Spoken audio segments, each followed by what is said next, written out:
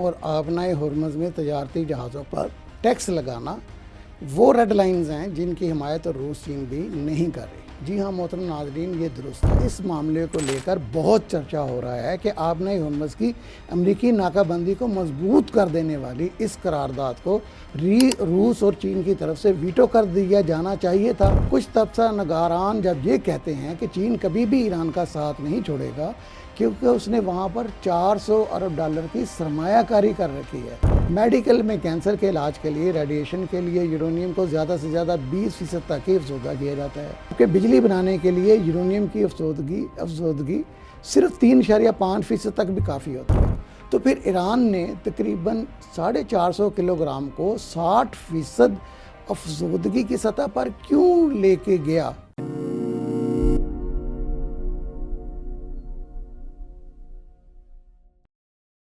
अस्सलाम वालेकुम रहमतुल्लाहि व बरकातहू। मोहतरम नाज़रीन, दी लास्ट डॉन के साथ गयूर तिरमिज़ी लाहौर से आपकी खिदमत में हाज़िर हूँ। हालात इस वक्त खुल्लम खुल्ला इशारा दे रहे हैं कि ईरान के मौक़िफ़ के ख़िलाफ़ रूस और चीन में इख्तलाफात पैदा हो रहे हैं। ईरान के ख़िलाफ़, जिनके रूस और चीन ईरानी मौक़िफ़ की मुखालफत कर रहे हैं। ईरान ये जो जिन मौक़िफ़ पे रूस और चीन के मुखालफत सामने आ रही है, उनमें ईरान का यूरेनियम अफसोदगी का प्रोग्राम और आबनाए हुर्मुज़ में तजारती जहाज़ों पर टैक्स लगाना वो रेड लाइंस हैं जिनकी हिमायत रूस चीन भी नहीं कर रही। जी हाँ मोहतरम नाज़रीन, ये दुरुस्त है।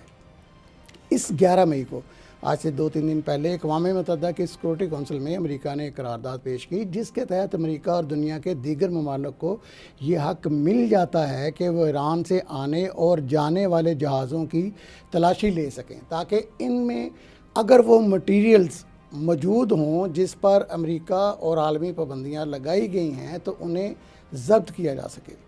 हालिया माजी में इस तरह की जो भी करारदादें जब भी अक़वाम मुत्तहिदा सिक्योरिटी कौंसिल में ईरान के ख़िलाफ़ पेश होती रही हैं तो उन्हें रूस और चीन वीटो कर दिया करते थे, यूँ वो गैर मौसर हो जाती थी। लेकिन इस दफ़ा ये पहली मरतबा हुआ है कि रूस और चीन ने इस करारदाद पर राय शुमारी के वक़्त ख़ुद को सिक्योरिटी कौंसिल से गैर हाज़िर कर लिया, मगर इसे वीटो नहीं किया। इन दोनों के ऐसा करने की वजह से ये करारदाद मंजूर हो गई और यूँ अब अमेरिका को ये हक़ मिल चुका है कि वो आबनाए हुर्मुज़ से निकलने वाले और उसकी तरफ जाने वाले ईरानी जहाज़ों को, तमाम ईरानी जहाज़ों को रोक कर उनकी तलाशी ले।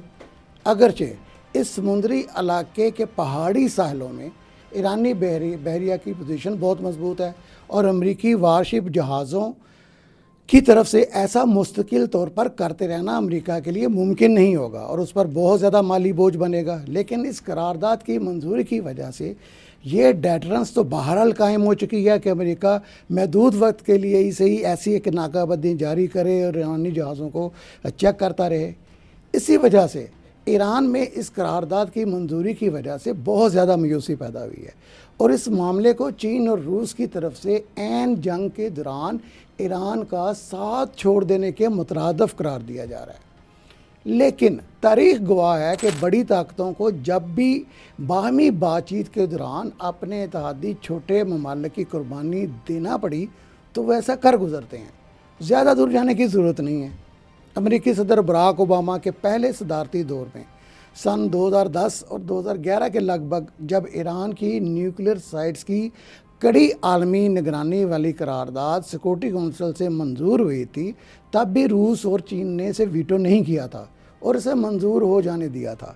इसका मतलब ये भी हो सकता है कि दरअसल चीन और रूस भी ये नहीं चाहते कि ईरान एक न्यूक्लियर स्टेट बन जाए। और ये सिर्फ ईरान के साथ नहीं हुआ, बल्कि अमेरिका ने भी अपने दरीना इत्तेहादी पाकिस्तान के ख़िलाफ़ मंजूर होने वाली कई करारदादें मंजूर हो जाने दी थी और इनमें कोई मुदाखलत नहीं की थी। चीन ने भी पाकिस्तान के ख़िलाफ़ कई आलमी इदारों मसलन FATF में ऐसी करारदादों की मुखालफत नहीं की और उनकी वजह से पाकिस्तान को ग्रे लिस्ट में भी डाला गया और ब्लैक लिस्ट में डाले जाने का ख़तरा पैदा हुआ था। खैर, ये हमारी इस बातचीत का मौजू नहीं है। ज़िंदगी रही तो इस पर फिर कभी बात करेंगे और आपकी खिदमत में मुस्तनद हक़ाइक़ पहुँचाएँगे। फ़िलहाल तो ईरान में इस वक्त तज्ज़िया नगारों में इस मामले को लेकर बहुत चर्चा हो रहा है कि आबनाए हुर्मुज़ की अमरीकी नाकाबंदी को मजबूत कर देने वाली इस करारदाद को रूस और चीन की तरफ से वीटो कर दिया जाना चाहिए था, ताकि ईरान को अस्करी के साथ साथ आलमी सफारती महाज पर भी एक बड़ी कामयाबी मिल जाती। ईरानियों का ख्याल है कि दरअसल चीन ने ताइवान के मामले पर अमेरिका को कोई बातचीत करने से रोक देने के लिए ईरानी मफादात की कुर्बानी दी है। इस हवाले से ईरान पर मसल्लत की हुई इस दूसरी अमरीकी व इसराइली जंग के दरमियान ईरानी सदर मसूद पज़ेश्कियान और ईरानी सिक्योरिटी कौंसिल के मशीर शहीद अली लारीजानी के ये बयानात भी आलमी मीडिया में सामने आ चुके हैं, जिसमें उन्होंने अपने इत्तेहादियों की तरफ से ईरान का भरपूर साथ न देने पर मायूसी और अफसोस का इजहार किया था। दरअसल कुछ तबसरा नगारान जब ये कहते हैं कि चीन कभी भी ईरान का साथ नहीं छोड़ेगा क्योंकि उसने वहाँ पर 400 अरब डॉलर की सरमायाकारी कर रखी है, तो उनके लिए ईरानी सदर मसूद पज़ेश्कियान का ये बयान ही काफ़ी है कि 25 साल क़राबतदारी प्रोग्राम में 400 अरब डॉलर की वो सरमायाकारी कहाँ है जिसमें अब तक बमुश्किल सिर्फ 2 अरब डॉलर ही इन्वेस्ट किए गए हैं। जी हाँ मोहतरम नाज़रीन, हमारे दूसरे ईरानी supreme leader Ayatollah Sayyid Ali Khamenei शहीद का फतवा मौजूद है कि ईरान न्यूक्लियर बम नहीं बनाएगा क्योंकि ये इंसानियत के लिए ख़तरा है और बेगुनाहों का खून बहाने के मुतरदफ़ है। अलबत्ता अभी ये तय होना बाकी है कि नए ईरानी सुप्रीम लीडर सैयद मुज्तबा ख़ामनेई इस हवाले से क्या सोच रहे हैं।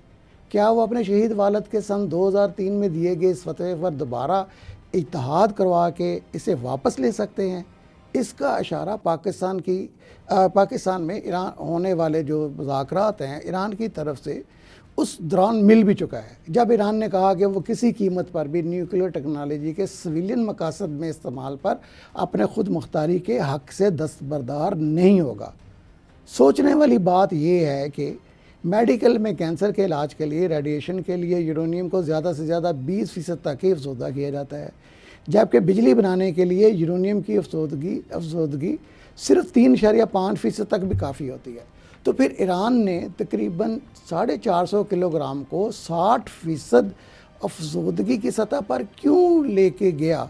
सदर ओबामा के दौर में ईरान के पास 1100 किलोग्राम तक यूरेनियम 90% तक अफसोदा हो चुका था, जो न्यूक्लियर बम बनाने के लिए इस्तेमाल होता है। फिर अमेरिका, रूस, चीन, बरतानिया, फ्रांस और जर्मनी के साथ होने वाले मुआहदे JCPOA यानी joint comprehensive plan of action के तहत इसकी कुछ मकदार रूस के हवाले कर दी गई और बाकी को डिल्यूट कर दिया गया।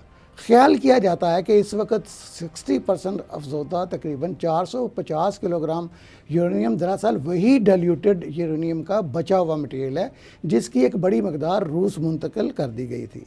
इतलान अर्ज़ है कि एक न्यूक्लियर बम बनाने के लिए सिर्फ 20 किलोग्राम तक 90% से ज़्यादा इनरिच किया हुआ यूरेनियम ही काफ़ी होता है।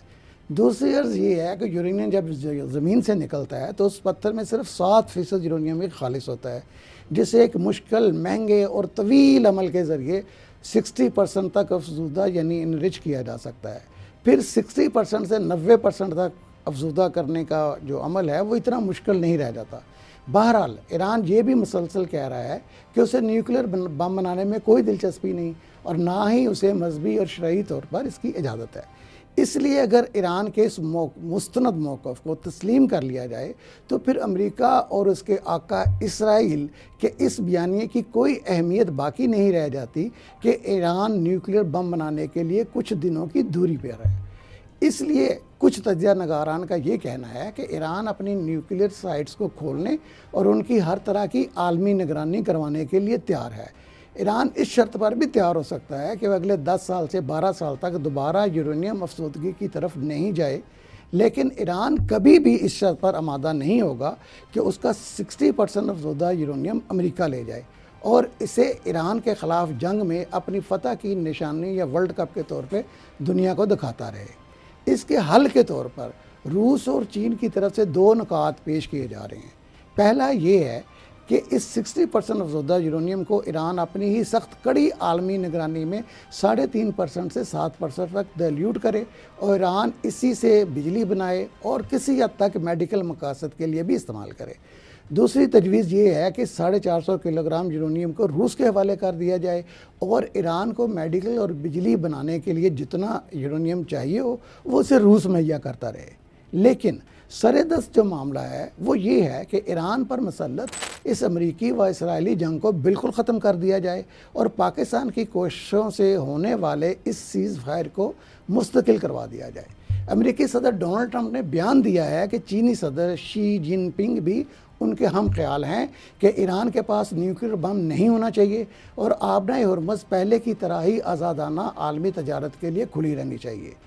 चीन और रूस की तरफ से इस बयान पर खामोशी को उनकी तायद और हमायत समझा जा रहा है, जबकि ईरान में इन दोनों मामलात पर इनकी खामोशी को ईरान की पीठ में छुरा घोंपने के मुतरादफ करार दिया जा रहा है। ये बात तय है कि अमरीकी सदर डोनाल्ड ट्रंप के चीनी दौरे में ईरान के खिलाफ मसलत की हुई इस अमरीकी, इसराइली और कुछ खलीजी ममालिक की इस जंग के हवाले से कोई ना कोई बातचीत ज़रूर होगी।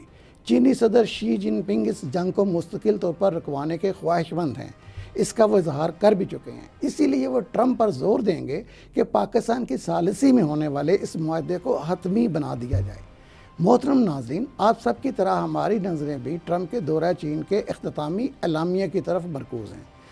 उसकी वजह से ये समझने में मदद मिलेगी कि क्या चीन ने ईरान पर मसलत इस अमरीकी व इसराइली जंग को मुस्तकिल ख़त्म कराने में कोई किरदार अदा किया है या नहीं। चीन का इस मामले में गैर जानबदार रहना इंसानियत के ख़िलाफ़ होगा, क्योंकि उसे अपना वज़न सच के पलड़े में और इंसानियत के लिए डालने की ज़रूरत है, ताकि अमेरिका और इसराइल की इस खूनी गुंडागर्दी को रोका जा सके, ईरान पर मसलत इस ज़ालिमाना जंग का ख़ात्मा हो सके और सिर्फ ये ख़ित्ता ही नहीं कि पूरी दुनिया इस खून रेजी, शदीद तरीन महंगाई और आलमी कसाद बाजारी के जानलेवा तूफ़ान से बच सके। अपने प्यारों और इर्द गिर्द के लोगों का ख्याल रखिएगा। इसी तरह की मुस्तनद और सच्ची ख़बरों और उनके तजज़ियात के लिए इस चैनल को सब्सक्राइब कर दीजिए, लाइक कर दीजिए, अपने करीबी अज़ीज़ों कार में शेयर कर दीजिए और बेल आइकन को दबा दीजिए ताकि आप तक हमारी ताज़ा तरीन वीडियो पहुँचती रहें। अल्लाह हाफिज़। पाकिस्तान जिंदाबाद।